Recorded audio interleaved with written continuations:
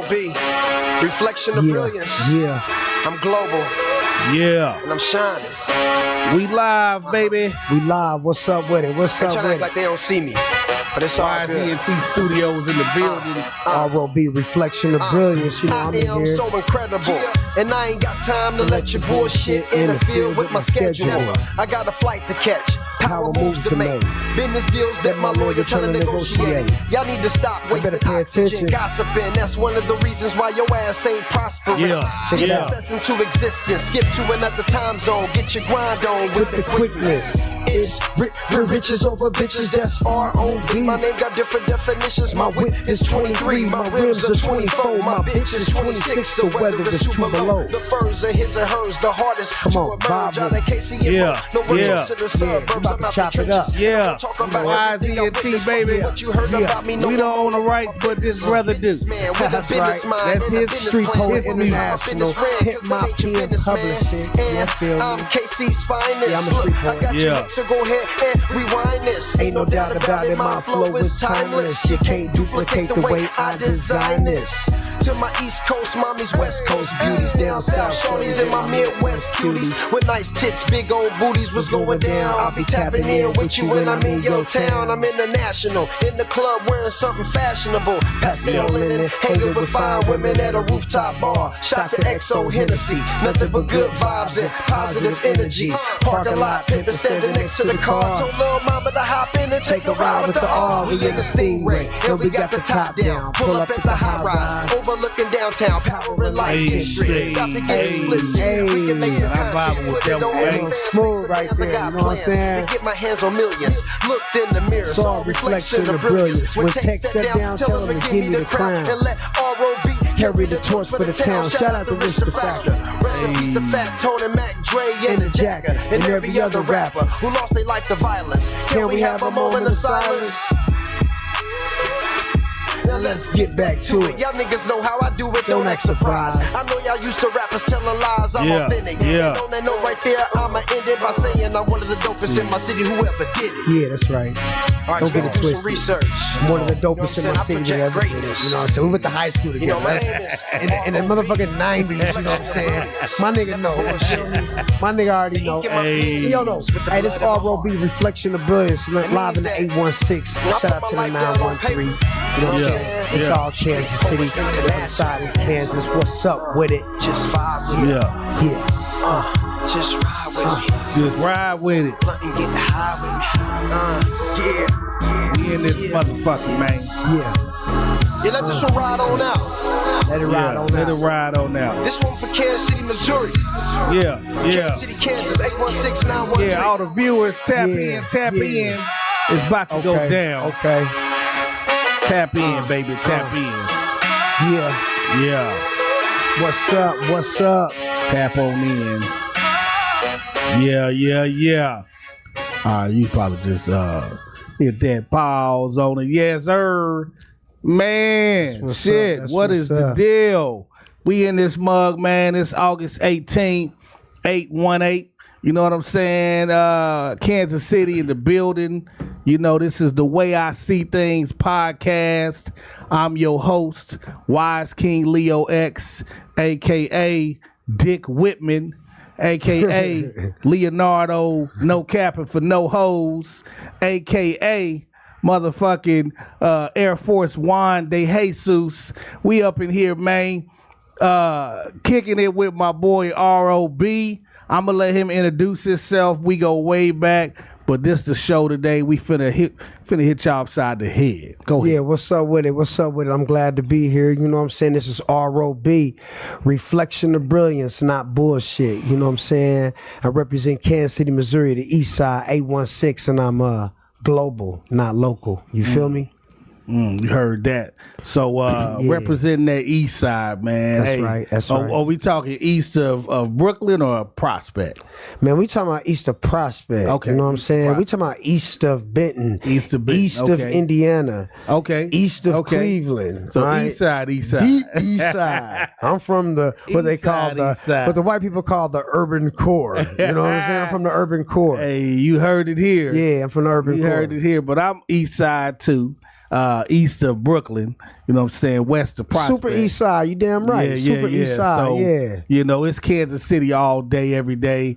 Shouts out to everybody who's from the inner city core. Yeah. Like my brother said. The urban you know what core. I'm saying? The urban core. Yeah. You know, from 12th Street all the way down to Grandview or whatever you're from. Repping. Yeah, for sure. You know, but we in the building is Kansas City.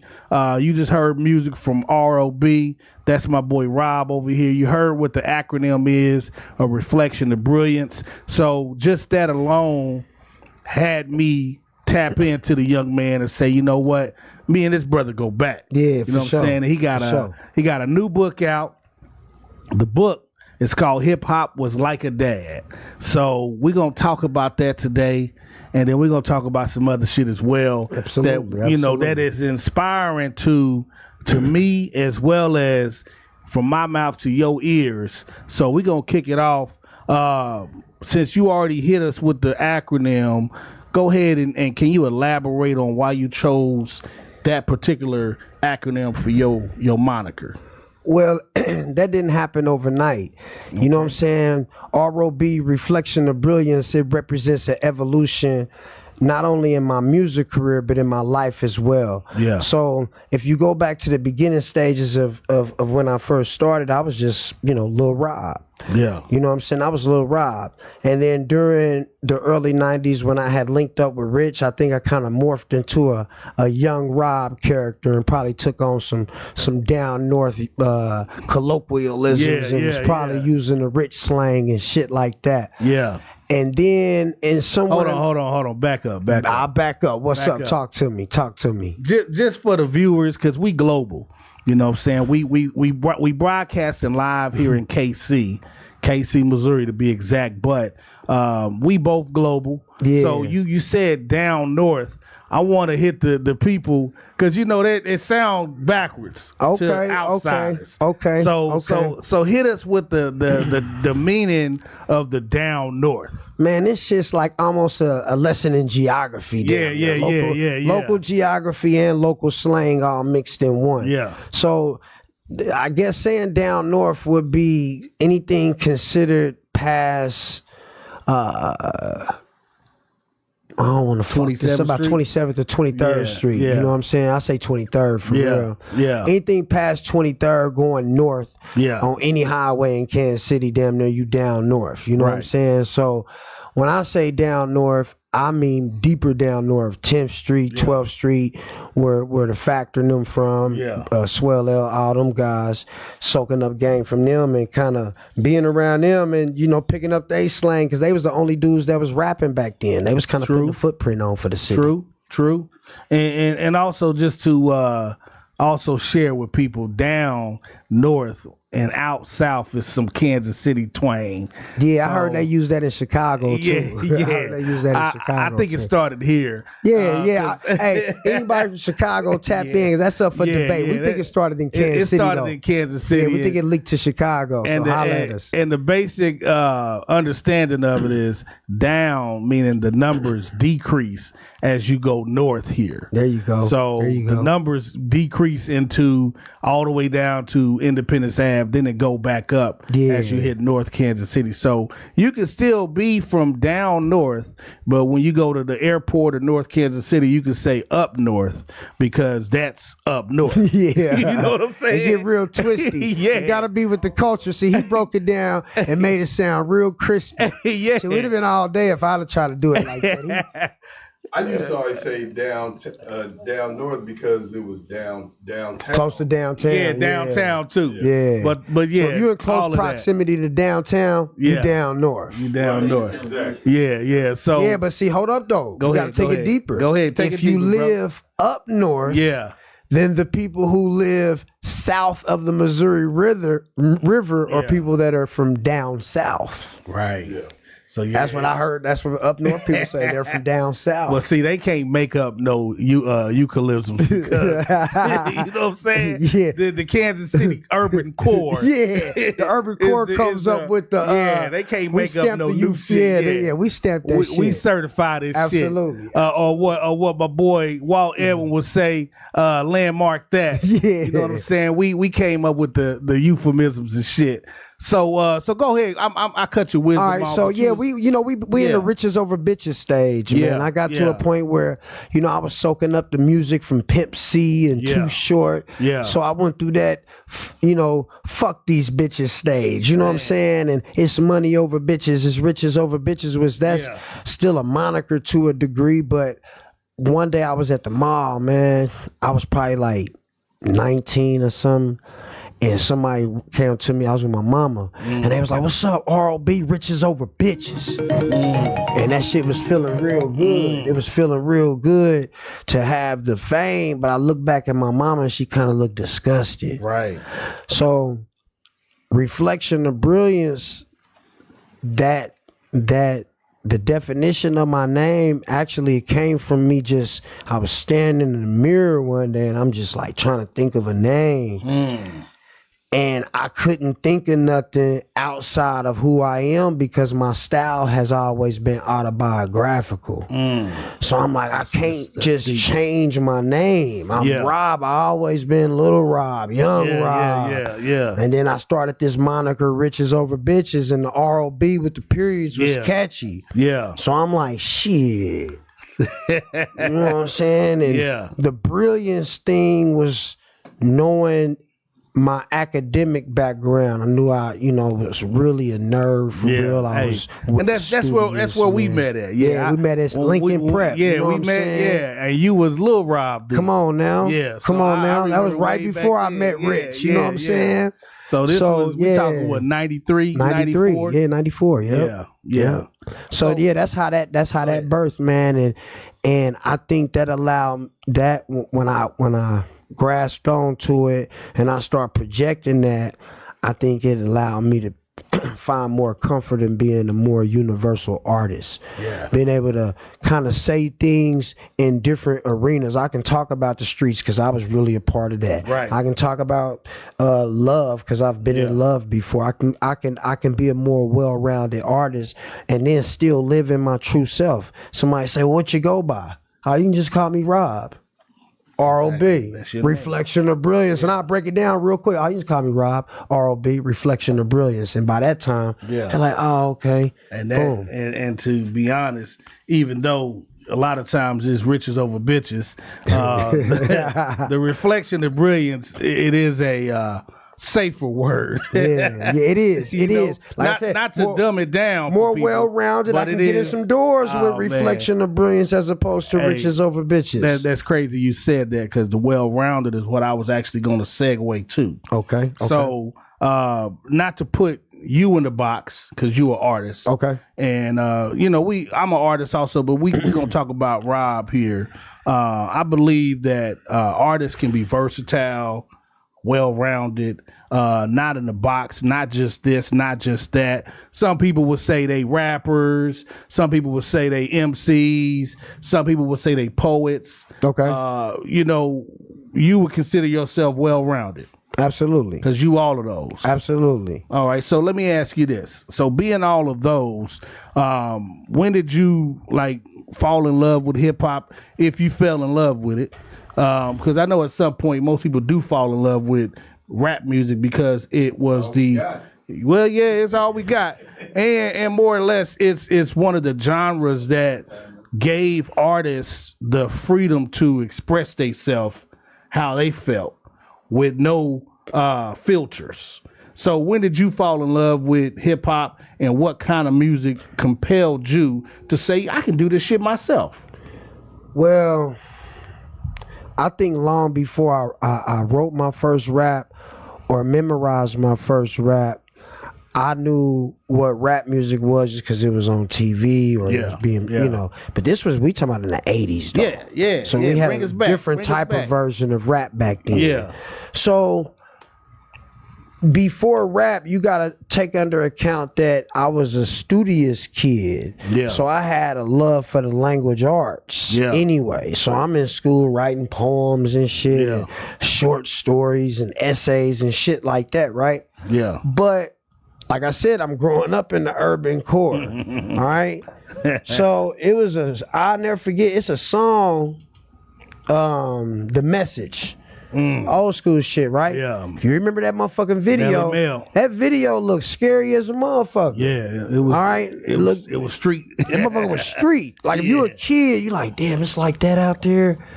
Yeah. Me, cause I'm close to the edge. I'm trying. Yeah. So when I seen that video, you talking about crackheads and shit like that, I'm seeing this type of shit in my neighborhood. Yeah.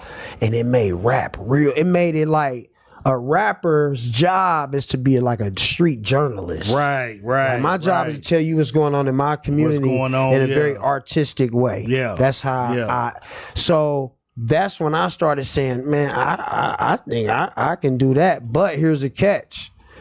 In order for me to tell you about that shit, I gotta have some type of involvement with that shit, right? My dad, from it first person. I got to speak from it first person. Yeah, first person. But I'm living in a sheltered household. I'm a straight A kid, but I'm growing up in the urban core. The dope dealers are buying ice cream for us and shit. You know what I'm saying? The dope dealers are passing out tokens of homage. There's like, hey kids, here's a couple dollars. So these dudes look like the dudes on TV. Yeah. What the dudes on TV talked about looked like the dudes. So I'm drawing a correlation between these two niggas. Right. So the minute my daddy died, I saw an opportunity to become real. I was about 12, 13 years old, man. I jumped off the porch. And that's where most of the kids in the 80s coming into the 90s, that was the time where if you was 12, 13, 14, you was influential or influenced by those that were influential. Yeah, absolutely. And making, a lot of just observations based on what you see in your city, in your hood. So this is good because I like to delve into that, and let's get a little deeper because, even though the music kind of was broadcasted first out of New York, the coast or wherever, LA, they always forget that hip hop was something that was invented. I would say if you look at it on wax or in just a subculture out of New York, but it was still something that every other city did. You know what I'm saying? So they take away, like you can't just say it started here in New York, the Bronx, because you take away niggas who was doing it in Oakland at the same time, who just didn't think, I'm gonna put this shit on record, or people who was doing it in KC, Houston, wherever. So I guess in a sense, we give the Bronx or the people from the Bronx the accolades of, Kool Herc, all this, it started there. If you look at it in a public type of thing, but it started everywhere. Well, that's a great argument. Time. That's a great argument, and it's a difficult argument to kind of win. Only in a sense, because even if you said it started in the Bronx is a mixture of people from everywhere. You have a lot of West Indian culture, Puerto Ricans, Jamaicans. A lot of immigrants moved there. You know what I'm saying? And they bringing their things, and it's mixing with the American vibe. Here's what I believe: New York City is the city that the media used to introduce us to hip hop. Let's talk about that. All right, exactly. So regardless of what was going on, it was people here that was doing music, I'm sure, back then. People in Oakland, of course. People in Los Angeles, definitely, of course. But by way of the media, by way of what record label, hip-hop was new. This was a shot. This was a gamble. Like, man, these black guys got this music. You know what I'm saying? Right.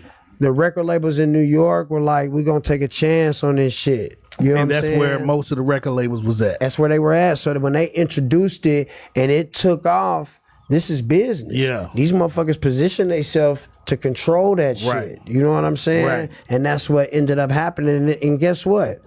From that point forward, after that, it was a healthy, transition. I mean, New York had it on lock for a long time, and eventually other cities got their foot in. Right. And that's what I say. I say that I agree, because if Sylvia Rome was in Kansas City, you know what I'm saying, in 79, I'm pretty sure it would have been a rapper here that would have gave her a tape, or Absolutely. she would have heard at a live show him spitting that rap would have been born in Kansas City. Absolutely. Or born in Houston or wherever else. Yeah. It just so happened, you made a good point, New York City has the media, so they were able to get it out quicker than other cities, because organize it. Yeah, because they had the outlet, they had the people. Yeah, absolutely. Most of the record labels is there. So not to take nothing away from New York, but just to globalize the culture, because we can go back to Breaking, you know what I'm saying, the movie, or Wild Style. I think Wild Style was New York, I like that movie, but I know Wild Breaking Style. was in California. Yeah. So we can go back and see the movement was prior to hip hop. It was a lot of things going on in the urban cores of every city, because it was a lot of poverty. Yeah. And only thing that I can take out of being poor, being broke in the 70s and 80s is you're gonna go outside. You know what I'm saying? Motherfuckers scared to do that nowadays. Yeah. You were outside. It's a different culture now. Exactly. So outside you had loud music. You had girls dancing, jump roping. You had hustlers. You had pimps. You had all these different outside things at one time. At one time. So the music itself birthed from that era because people was outside. That is so true. So true. So it's like the music kind of precedes what comes next. Exactly. That's interesting. Exactly. That's interesting. So it makes it kind of dangerous when we go see them tomorrow. You know what I'm saying? But check it out, though. Check it out. I'm touching the surface. We about to go ahead and dig in a little deeper. Shout out to everybody that's watching too. Shout out to everybody. I appreciate everybody. Oh, I see my boy Red Pill. What up with it? What up with it? All right. Okay. I see Eric Rhymes. Rap started in New York. Name a rap record outside of New York at the time. It definitely didn't start in KC. Hold on, tell bro. E. Hold on. I know Eric. Hold on, E. Nope. Nobody up here is saying it started anywhere outside of the Bronx. We're not saying that. We're saying that a culture that is sublingual to the point where it's almost like if you doing something over here and I'm doing something over here, we don't know that we doing the same thing. Absolutely. But there's no internet. It's no internet. It's no phones. But when I see you, I'm like, damn, this nigga got the same neck. Oh, feet. Oh shit. Damn, what you doing? Can I say this? Go ahead. But the thing is, though, jazz kind of started in the Midwest. Yeah. And the scatting and all. Yeah, scant. Yeah. Is like precedes. Rap. Yeah. And it kind of morphed into rap. Rap, yeah. So you got to take. If you gonna bring jazz up, then you got to. Kansas City plays an intricate role because some of these bigger hip hop records they sample jazz records. So come on now. I like where we're going because that's exactly where I was pushing this into. So to people like Eric and everybody else that's watching, make no mistake, we're not saying hip hop started nowhere else but the Bronx, as far as we know. Yeah. You know what I'm saying? The organization of it, the presentation of it to the masses happened in New York City. You cannot take that away from nobody. But just to go into the music itself and putting a name on it, okay, that's where it started at. So when we look at, like you said, jazz, and we look at Scanton, and we look at all these other genres of music, the Righteous Poets, you know what I'm saying, from Chicago, they was rapping over music. Absolutely. So we can't, negate and throw them out with the bathwater because it don't sound good to us, and we want to stay on this Bronx story. New York narrative. See, that's a thing. You gotta delve deep into the history. Yeah. So if you giving, I remember Minister Farrakhan he said something that was profound when he spoke at that church down there by Gates down on 12th Street. It was several years ago. It's like, oh, you talking about the Metropolitan? He spoke at Metropolitan way back in the day, and he said, "Whoever controls the media controls the world." Yeah, and I believe that because it's a story, it's a narrative that we can feed you, right? Yeah.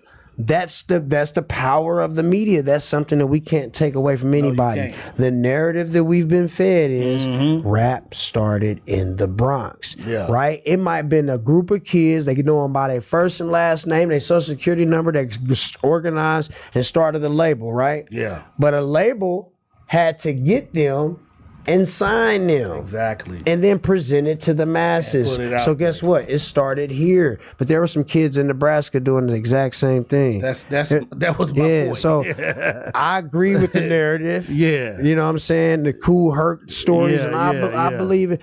It's sensational. Man. You know what I'm saying? But I like to dig deep. Hey, you know? and check it out. You know, when you have opinions, it's always gonna be people that disagree with it. Yeah. So I'm always open to it because you gotta be objective. Anytime you speak, you gotta be objective. People are gonna be subjective to what they believe.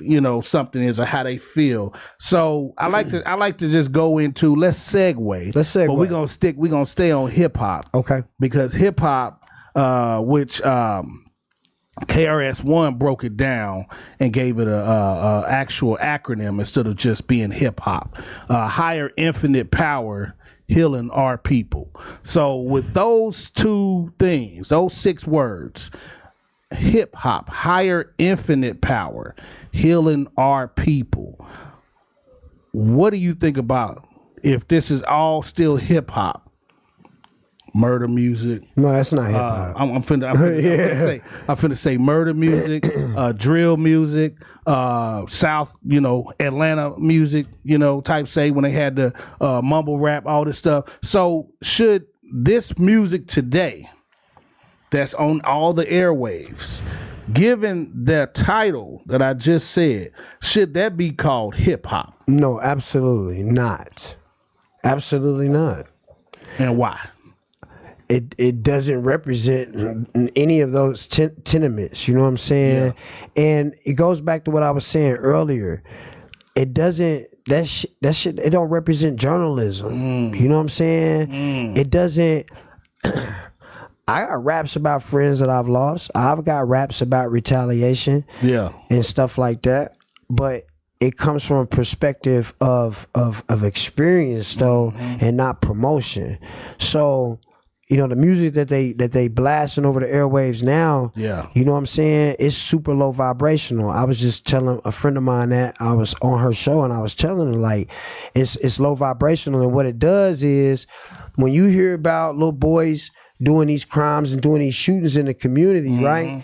They're not riding around in their scat packs listening to Usher while they loading up the 30 pack, right? They're gonna be listening to something that kind of propagates that mindset to push them further into what they're doing. The music is influential. Let's do it. Talk to me. But is it still not a reflection though? All right, so that's when you walk the fine line. You walk the fine line, right? So when you talk about the reflection of it, we're talking about journalism. We're talking about the journalistic aspect. Hey, this is what's happening in my community. You don't gotta be the nigga that's offering the solution. I ain't asking you to be the professor. I'm a fix-it of the community. But we just talking about strictly journalism. Hey, bro, this is what's happening in my community. It's probably similar to yours. That's different than promoting the shit.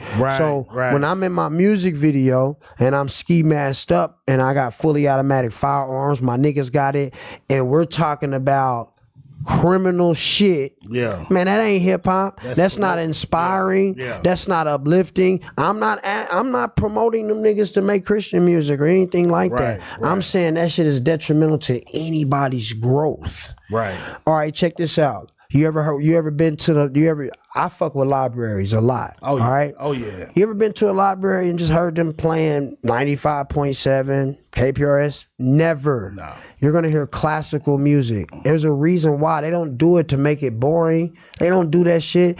It's a frequency. It's deeper than soothing. It activates something in your brain that helps you think. Yeah. This is scientifically proven. Yeah. You know what I'm saying? So the music gives off a frequency, bro. You know what I'm saying? And there's nobody that can take that belief away from me. And it's a story that I use to prop that up. Man, back in the day, man, this was probably like 1996. I was riding with some dudes, man, in a stolen Chrysler New Yorker. We was about to, that was allegedly. Allegedly. It was a little fuck it bucket. You know what I'm saying? A little Allegedly. fuck it bucket. It was a tilt, right? Yeah. It was a tilt. We stole it from Hypermart. Allegedly. You know what I'm saying? So we in this fuck it bucket. Yeah. And niggas got weapons. And we was listening to Brother Lynch, allegedly. Ooh. Right? Just call me Agent 00 Deuce 4 Block. I got that 9mm Glock and ready to put one in your not rest in piss. Wow. Hey, right? It's EBK every day, all day, till the day I die. Niggas is in the car smoking wet. Allegedly. I'm just painting that picture right now because I was a nigga in 96 bumping that. Wasn't smoking wet, but I wasn't either. Smoking weed. Saying, niggas was in the car smoking wet. Activated. You know what I'm saying? Young as fuck, dumb as fuck. Yeah. You know, and not dumb in the sense that you just dumb, but dumb in the sense that you didn't give a fuck. You know what I'm saying? About nothing. Yeah. You're young. Yeah. And you don't understand longevity in life and everything else. But go ahead and finish. All right, so bro. check it. We got this shit playing and shit, Yeah. and we riding around and shit. Yeah. And you know how on KPRS on a Saturday night after a certain amount of time, Yeah. that motherfucker going to the church music. Yeah. In an instant. It'll play some murder shit. Yeah. And next thing you know, Kurt Franklin singing to you. So like 3 in the morning. Yeah, right? So we riding around late. Yeah, It didn't transition. We don't know it didn't transition into that time. Right. But I don't know what time it was. I'm just we throwing playing out the 3. tape. We playing the tape, 3 right? o'clock. The tape Yeah. started spitting out the tape. So we got to eject and, roll. It was go during back them in. days. Yeah. We got to roll the tape Wound up. that shit back But down. when the tape popped out, the church music kicked on. So the nigga in the car like, hurry up, nigga, fix the tape, throw it back in. But nigga trying to roll that. Yeah, for those, the young people, they don't know about the tape when that motherfucker pop out all the tape. You missed the and whole shit. era if you don't know what the fuck we so talking nigga about. trying to roll the tape up, but the church music is playing. going, Dang. and niggas is circling the block trying to look for what they call the op nowadays, right? Yeah. So guess what? The church music diverted the whole fucking operation. Niggas ended up back in the hood underneath the shelter house at the park. They got finished smoking wet. I'm smoking weed, allegedly. Oh, man. So, hey, man, I'm going to tell you something, man. Music changes the whole frequency of things. You know what I'm saying? So, what you listen to can dictate the direction of your day. You know what I'm saying? What you listen to can dictate. Think about it, man. You wake up early in the fucking morning and, Brian be shining. He on there live and shit that's going to wake you up. Shay in the morning show. They going to make you feel good and all that shit. Hey, man, that's your frequency. Yeah, and they you know play what I'm Sexy saying? Red. Yeah. And they You know what I'm play saying? Glorilla or whatever the name is. Yeah. But I understand it, and I like to just so we can get into the actuals, very great story, brother, and for people to. He painted the picture perfectly, so you was there with him in the fucking bucket. Yeah, you know what I'm saying? in the fucking bucket. Helping you me. was sitting bitch in the fucking bucket. So I heard about the dude Dirt too. Yeah. So you understand that the music itself, the kind of music you listen to, can shape your day. Not only can shape who you are as a person. Absolutely. You know what I'm saying? Because a lot of times, the people that I see that say if a chick, she's up in the morning, she's dropping her kid off to daycare, and of course she ain't got nowhere to go, so she got the bonnet on, the pajamas on, in my mind, it's what kind of music was she listening to on the way over here? Yeah. You know what I'm saying? Yeah. What she, also doing, I could tell what she was doing too on the way over here. Yeah. It's almost like you can pinpoint people's personalities based off of what they listen to. Absolutely. Do you believe in that? Let me tell you something that I do. I got an exercise that I perform on the ladies that I meet. So if somebody go in the archive, ladies, pay attention. Yeah, and rewind and want to look into this. Yeah. This is what I do. Once I get comfortable enough with a woman, and we go on a date, and let's say we're gonna be in the car for a minute. We're going across town. Okay. I'm saying, babe, you control the radio. Yeah, you control. And she's not gonna know that she's under an examination. Man. He's a brave man because I don't. You control the radio. I'm gonna listen to vibe with you, baby. I'm listening to the whole bullshit. Every bullshit song that she play, I'm listening to the whole thing. It's a good strategy. And I'm gonna see what type of frequency that she's on. I'm not gonna force what I like in her throat. Hold up. Let me see. Let me reword that. Because I will force. Yeah, I ain't got to pause on that one. Pause because you got to reflect on it. I got to reflect on what I just said. But go ahead, though. So, you know what I'm saying? I'm going to let a woman go through her playlist. Yeah. So I don't have to coerce her into liking what I like. Because I've done that before. Yeah. I done had hardcore chicks listening to Nas. Yeah. Motherfuckers that grew up on SIBO. Bitches that got crip ass brothers and shit. Like, nigga, my brother from 5'1". She a crip too. She ain't never heard of, ain't like the Nas song since If I Ruled the World. But she done met me and like, damn, he's deep, bro. Yeah. You know, so different mindset. It's a different mindset. Yeah. So now that I'm older, I'm more conscious of I give rappers a chance because I gotta stay aware. I gotta know the employees in the building. Like I gotta know what the fuck going on around me. You know what I'm saying? What they listening to. I got one more question. I swear I forgot. This shit is so dope. I'm trying to interject too much, but my question is hip hop in a better state when you have gatekeepers, or is it better when the inmates are running the jail? You know, when the inmates got the keys and it's just anything and everything goes. Man, listen, that was an excellent question because I've been to prison. I've been to prison before. Go ahead. I was in a facility where the inmates ran that motherfucker, right? So let's draw this correlation. Yeah. You know what I'm saying? Yeah, with the question there. The inmates need to have power. Yeah. All right? Yeah. It keeps the bullshit down. But the inmates ain't bringing the shit in. So there has to be a gatekeeper. There has to be somebody that maintains the fucking gates. And then there has to be somebody that the gatekeepers answer to. That has to be like that, or there will be no order. Absolute corruption. There's but you got to give those inmates some motherfucking freedom, bruh. Got to.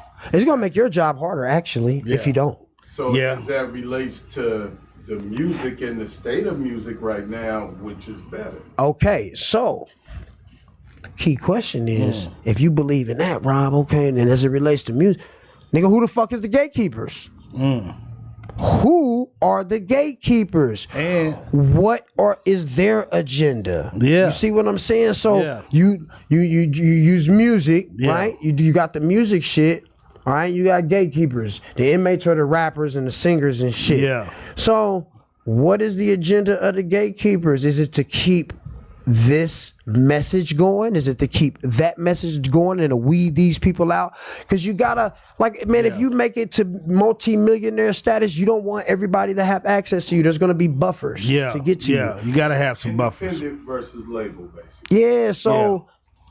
Even if I'm a nigga that own 100 car washes, I don't want everybody calling my phone. You're going to have to call this nigga to call this nigga to call that nigga. You know what I mean? Right. How'd you get this number? And then these niggas is going to question you because they got an agenda. I'm they boy. And they know it's going to be dealing with money if you're trying to get it. I own 100 car washes. Yeah. So he going to ask you 100 questions. So you're going to get grilled. You're going to get grilled like a motherfucker. So they gatekeepers. Exactly. So check this out. So industry plants, courtesy of the gatekeepers. So a lot of times they'll bring in I'm not saying Sexy Red is an industry plant. Yeah. But I understand that her music, or I overstand her music is not productive. It's counterproductive to what there's no such thing as independence. She's independent too. There's no such thing as independence. Exactly. There's no such thing as independence. But check this out. I'll tell you why. We have to explore that. Go ahead. Because if you're independent, you do everything by yourself. Nobody does anything. The minute you link up with a distributor, you're no longer independent. The minute you have a parent label, you're no longer independent. You may have an independent brand. Label, nobody's independent. You're subbed under another You know label. who was independent? When we was out here motherfucking selling CDs out of our trunks of our cars, that's bro. independent. That's independent, nigga. Yeah, because you the source.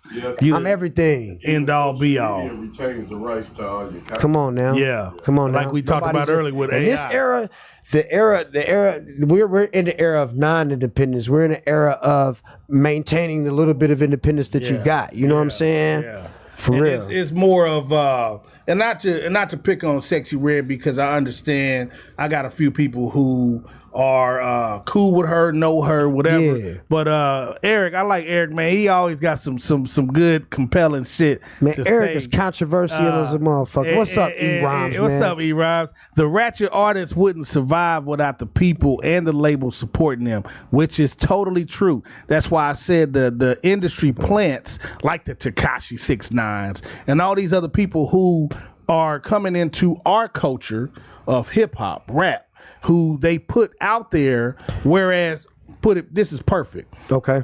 R.O.B, you want to be a rapper. Let's just hypothetically say you went to the label, right? So the label is telling you, okay, you got some good music. It's catchy. It's this, it's that. I'm going to need you to go get 10,000 followers on YouTube. Get you 1 million hits. Now, once you do that, come back to see us. Perfect example. They put a person out, and I'm not going to say no names, but we all know a lot of these artists that's pushed by the industry, that's pushed out there, don't have 10,000 subscribers. Absolutely not. Don't have 1 million followers. Oh, no. But will get pushed out to the forefront so that they curbing what you are supposed to be hearing on these radio stations. He who controls the media controls the world. Exactly. Because it's all industry goal is for them to continue to keep the money in these pockets here. See, here's the deal. Not yours, but these pockets. Everybody's a magician, right? Yeah. So motherfuckers is making money off of magic by selling illusions, and we're all slaves to a certain type of illusion. Exactly. Whether it's I have a good job or I'm this, it's all an illusion. Right, you know what I'm saying? You and I, we all have to be able to see through the fucking mirage and just understand. It's a deception, man. But the deception is fucked up because the perception is reality. Absolutely. That's why the narrative that I feed. Well, they said, well, who the fuck is they? It's the narrative that they gave me. Exactly. They gave me a narrative. You know what I'm saying? And the shit is so messed up now. Just to go back to the premise, higher infinite power healing our people. It's impossible for the music that we listen to now to be that. It's actually an oxymoron. Like the music we listen to today is counterproductive to what we trying to do out here. Like Absolutely. You got anybody that's positive, that's in the community, that may be trying to do something to keep kids off of the bullshit or out of jail per se or out of trouble, and they like all this glorified ratchet music, you know what I'm saying? It's counterproductive to black culture as a whole. It is. And he has said something, and he said the people are allowing themselves to willingly support this garbage that's out there right now. Yeah. Man, that's some deep shit because you can't tell me that the whole population of people agree with what's being shoved down our ears every day. Go ahead, cuz. You can't agree to it. Is it better, though, to understand it and refine it as opposed to just dismissing it, though? the newer music? All right, so that's a good ass question. Nah. Well, what I tell you earlier, I'm gonna give all these rappers a chance, right? Right. And as older gentlemen, we understand the culture of hating. We know that, but we don't come from that. But we understand that nowadays, when you have an opinion, it's interpreted that you're angry and that it's hate, right? So your opinion really has to be backed with some type of education and experience. Gotta be. You know what I'm saying? To give you whatever your opinion is some leg to stand on, right? Some validity. Give it some legs. Yeah, give it some legs to stand on. Like, nigga, you ain't got a leg to stand on. Nigga, we got legs. We've been in this shit for a long time. Right. And we've seen the evolution of it. Right. You know what I'm saying? Right. And it ain't, well, it's not my job to go on a crusade to educate these motherfuckers. That's why we got KRS-One writing hip hop Bibles and shit. That's great. You know what I'm saying? My objective is to just keep putting out good shit. You know what I'm saying? Because I understand how impactful it is when you got all of our urban radio stations. Man, I'll never forget. You remember Chief Keef? Yeah. That's a snitch nigga. That's the shit I don't like. Man, there was some irony with a night that song came on the radio, and I was listening to the radio, and Alvin Brooks. So, you know, this was years ago, because Alvin Brooks ain't on the radio no more. Shout out to Alvin Brooks. Shout out to Alvin Brooks, man, for all his godfathers accolades. of Kansas City. So Alvin Brooks was on the radio, and and he was, you know, he used to go on the radio for missing kids and shit. Yeah, ad hoc. Shout out to the ad hoc group against crime. Yeah, he yes sir. A couple of times with Yeah. Yeah, and he so he was like, you know, we're missing a little girl. She was last seen on, you know, such and such street. Whoop-de-whoop, can you call in with some tips, right? That went off. First song they played. That's a snitch nigga. That's the shit I don't like. I said, yo, what the fuck just happened? Man. What the fuck just so it shifted the energy here recently. Right back to here's what happened, bro. This is real shit, man. And I'm putting this out on the internet. I don't give a fuck. Man. Last year, bro, here, I was riding in my 18-wheeler, man, and I fucking called the FCC, man. I fucking called the FCC. And I said, hi. My name is Dick Carmichael or some shit. You know what I'm saying? My name is Dick Carmichael, and I'm from Springfield, USA. Yeah. And I don't like what's being played on the airwaves in the inner cities. We have a crime problem. We have this. This is the type of music that they're playing. You know what the motherfucking woman told me, man? What'd she say? And this is the FCC. This is the people that create the rules communications for what's on the airwaves. Yeah. She said, you need to call your local radio station. I said, oh, wow. That kind of falls in what Gage is saying, too. So yeah, and shout out to Gage. Remember we couldn't do local music on the radio because of the assumption of, man. Yeah. Hey, Gage. I'm gonna tag you in the post. I'm gonna try to remember that because that's I know Gage. That's what's up. Hey man, shout out to all the viewers right now, man. We, you know, it's somewhat like it's sort of like with the podcast thing. You know, when I got into the podcast game, you know, we all looking for the same thing kind of as the music game. We looking to see how many followers, how many fans we can get. But as over the few years that we've been doing this, I kind of got back to, I don't care if 1,000 motherfuckers is watching this. It's therapy, but it's also the people that if you know, if you tapped in, I appreciate it because, you know, you're not just gonna hear bullshit coming out our mouth, you know what I'm saying, when we on this mic here. It really comes down to, and this is probably where the music need to go to, and maybe it will, maybe it won't, but I know as long as they keep making Bentleys and Louis Vuitton, niggas gonna have something to work for. You know what I'm saying? So I say that to say, you being a positive brother and having this extensive background, you wrote this book. Let me ask you, what inspired you to write this book? Hip hop say it for me once. Was like a dad. Was like a dad. Hip hop was like a dad. Let's talk about that. So, that book, I like I said, I always had a love for the language arts. So I always been a writer, poetry, short stories, all that bullshit. So, man, I got indicted, man. And when the feds took me into custody, I had never been in serious trouble. You know what I'm saying? And I went through this phase of like sobering up. You know, there's no more pot to smoke. There's no more alcohol. There's no more late nights with the girls. There's no more just frolicking around, and I'm sobering up. You know what I'm saying? And you know, you gotta develop a routine. You gotta, you know, this is pre-lockup. I ain't in prison yet. I'm in pre-lockup. I'm in CCA over in Leavenworth. So one of the routines was niggas will watch the news every day. Yeah. Niggas will pal around at 5, 6. Niggas will watch the 5 o'clock news, the 5:30 segment, the 6 segment, and then watch nightly news. It was just news. So we watching a news segment, and the nigga said,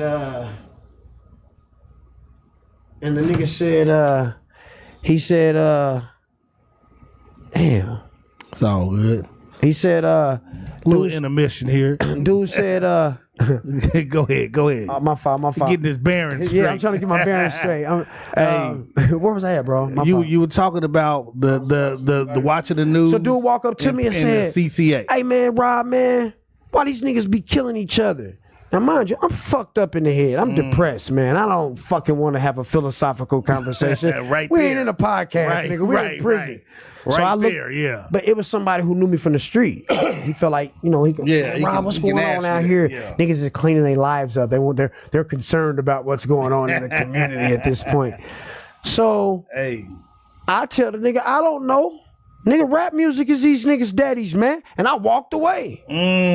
But when I went and got in the bed, I said, oh shit, rap music was my dad too. You know what I'm saying? I felt I was like a little kid, like, oh fuck, I just told him. So then I started, the next day, I'm looking at niggas like, this nigga 20 years old. This nigga just got a 40-year sentence for selling crack. Rap music, selling crack. Daddy. You know, I'm kind of looking at niggas and seeing the hip hop influence, the negative side of rap music, how it influenced their life, and that shit fucked me up. That shit kind of fucked me up. So the next night, I start writing. Hip hop was like a dad, and it opens up with the story that I just told y'all. And that's crazy because.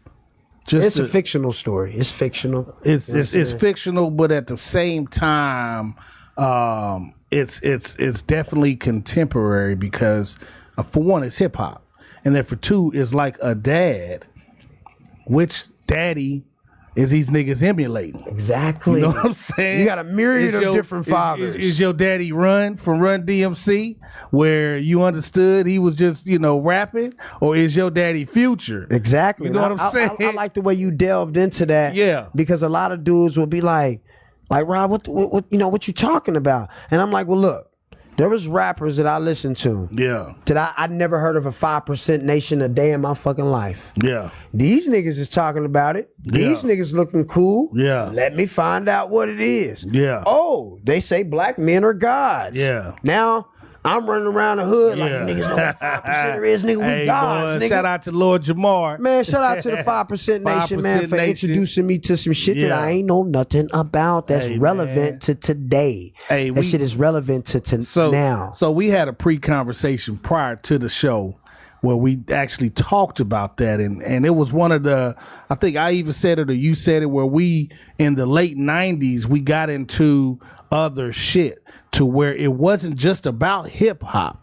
It was more about, you know, what kind of religion you into, what kind of background you into, what kind of organizations are you following, are you a part of, that makes who you are you, not just the hip hop. But when you think about all those things, that one thing that overstood was the fact that the 5% Nation knew about, you know, the gods and the earths, you know what I'm saying, where the men was considered the gods, the black man himself, the first, you know, god on the planet as far as humans are concerned, and then the women being the earth. So knowing that and looking at it in the metaphorical concept as well, let me ask you this. Shoot it. What do you think people in the 40s and 50s, 40-year-olds, 50-year-olds, OGs to the youngsters, what do you think about them actually rapping right now? Well, Man, I just turned 44 years old, man. Shouts you know out, what I'm saying? Shouts out. The double 4. Shouts out. Just turned the double 4, and I'm still pulling a chick that's 24. I feel great about it. Shouts I feel out. great. I'm sorry. I feel great.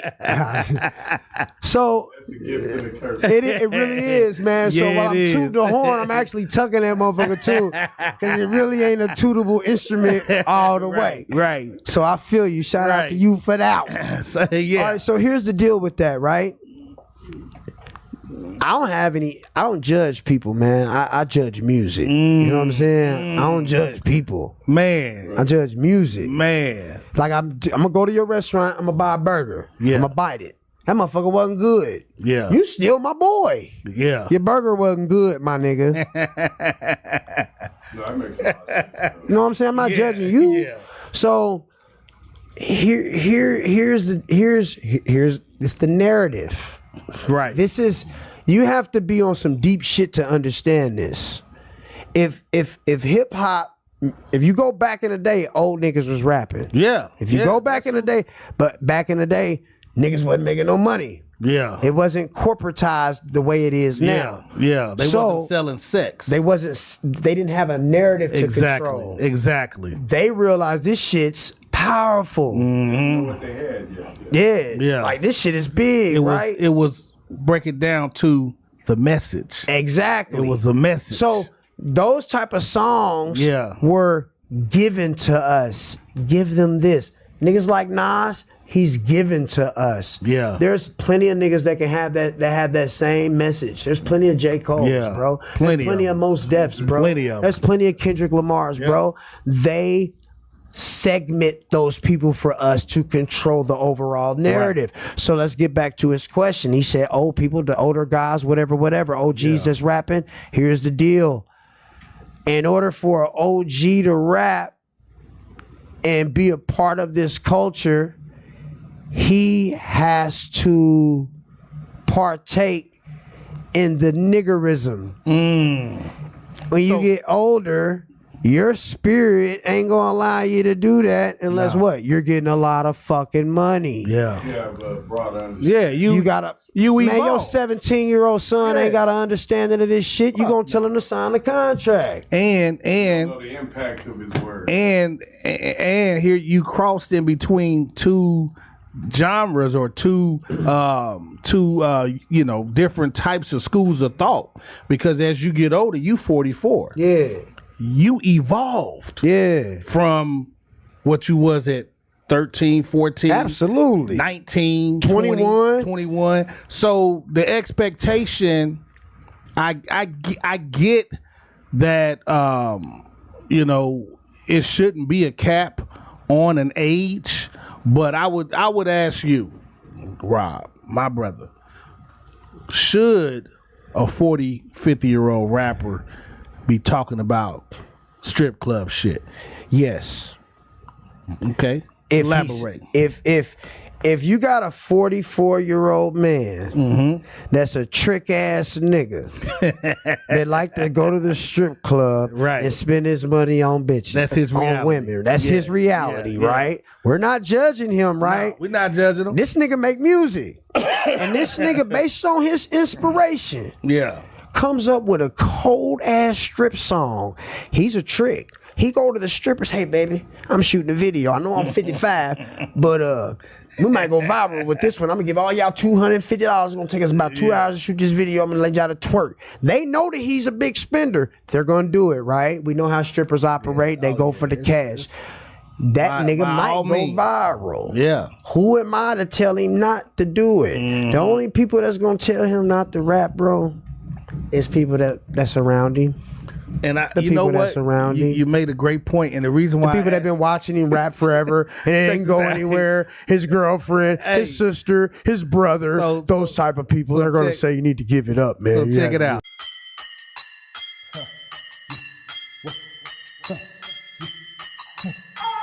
This is Downtown Music.